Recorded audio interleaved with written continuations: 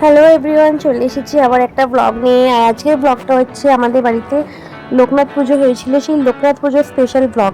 তো এখন বাজে ঘড়িতে 6:45। আমি কিন্তু অনেক সকাল সকাল ঘুম থেকে উঠে গেছি, প্রায় 6:30 নাগাদ উঠে গেছিলাম।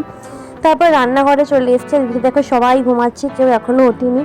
তো আমি প্রথমে ভাত বসিয়ে দিয়েছি, কারণ আমার বর যেহেতু খেয়ে অফিস যাবে, তাই ভাত বসিয়ে দিয়েছি। আর এখানে হচ্ছে ফুলকপি না কি একটা তরকারি হচ্ছিল, মনে হয় পটলের কোনো তরকারি হচ্ছিল, মনে নেই আমার, এতদিন বাদে ব্লগটা এডিট করছি তো। আর তারপর এখানে করে দিলাম রুটি, কারণ মেয়ে রুটি খাবে, দুধ রুটি মেয়েকে খাওয়াবো, বরকে টিফিনে দেবো। বাড়িতে অসুস্থ শ্বশুরমশাই আছে, উনিও রুটি তরকারি টিফিন খাবে, তো সবার জন্য একটু রুটি করে নিচ্ছি। রুটি হয়ে গেছে, তরকারি হয়ে গেছে, ভাত হয়ে গেছে। আর এতদিন পরে ব্লগটা দেওয়ার তার কারণ, আমি একটা জবে জয়েন করেছি রিসেন্টলি, 1 মাস হলো। তো তার জন্য কিছু ভিডিও এডিট করতে পারছি না, একটু লেট হচ্ছে। দেবো, আস্তে আস্তে দেবো, দেওয়া বন্ধ করব না, কারণ আমার কিন্তু ব্লগ করতে ভালোই লাগে। তারপর দিদিকে দেখো স্নান সেরে ফ্রেশ হয়ে নিয়েছি, ফ্রেশ হয়ে চলে এসেছি নিচে এসে দেখি আমার শাশুড়িমা পুরো ঘর দোর পরিষ্কার করে মুছে নিয়েছে, ঠাকুরকে খেতেও দিয়ে দিয়েছে। আর এখানে দেখো সবজি বাজারগুলো রাখা হয়েছে। আজকে আমাদের বাড়িতে হচ্ছে লোকনাথ বাবার পুজো, মানে আমাদের 12 মাসে 13 পার্বণ হয়, আমাদের 12 মাসে 13 পুজো হয়। তো এদিকে দেখো মোটামুটি সব গোছানো কমপ্লিট হয়ে গেছে। আর আমি এখানে বসিয়ে দিয়েছি, আগেই পায়েসটা বসিয়ে দিয়েছি, কারণ পায়েসটা ঠান্ডা হলে দেখবে মানে দিতেও ভালো লাগে। আর গরম পায়েস তো আমরাও খেতে পারি না, তাহলে ঠাকুর কী করে গরম পায়েস খাবে? তো সেই জন্য আমরা আগে পায়েসটা বসিয়ে দিয়েছি। আর এদিকে হয়তো মুগ ডাল সিদ্ধ, আর এদিকে হচ্ছে পটল ভাজা।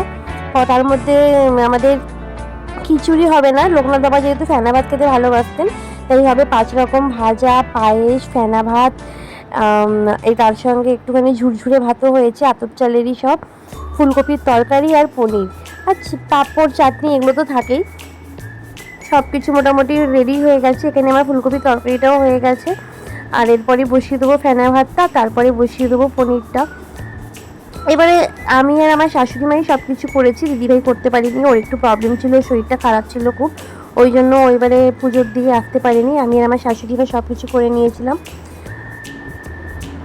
দেখো আমাদের রান্নাবান্না প্রায় কমপ্লিট হয়েই গেছে, এই পনিরটা আর সাদা ভাতটা হয়ে গেলেই আমাদের রান্নাবান্না কমপ্লিট হয়ে যাবে। তারপরে আমরা গুছিয়ে ঠাকুরকে খেতে দিয়ে দেবো। আর ঠাকুরের ওদিকটা সাজিয়ে নিচ্ছে আমার শাশুড়ি মা, ঠাকুরের খাবার দাবার সাজানো হয়ে গেছে, ঠাকুরকে খেতেও দিয়ে দিয়েছি।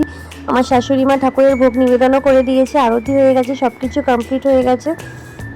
সব কিছু কমপ্লিট হয়ে যাওয়ার পরে তারপরে আমরা ঠাকুরের একটুখানি খাবারগুলো তুলে আমাদের যে আসল প্রসাদ আর কি, ঠাকুরের প্রসাদটা, সেটা আমরা পুরো ভোগের সাথে মিশিয়ে দিই। তার থেকে কী হয়, মানে ব্যাপারটা ঠিক প্রসাদ মনে হয়। তাহলে আসলে দিতেও তো হয় সবাইকে, আমাদের দেওয়ার জন্য অনেক রিলেটিভরা আছে, তাদেরকে দিতে হয় টুকটাক।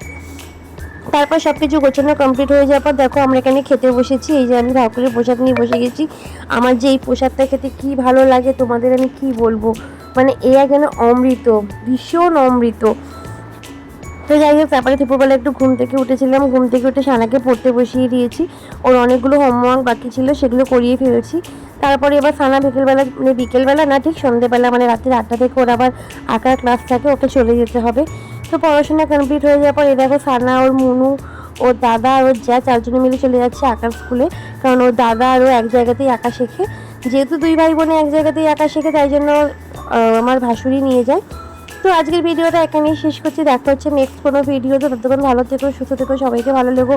আর আমার ভিডিওটা ভালো লাগলে প্লিজ লাইক কমেন্ট সাবস্ক্রাইব করে দিও।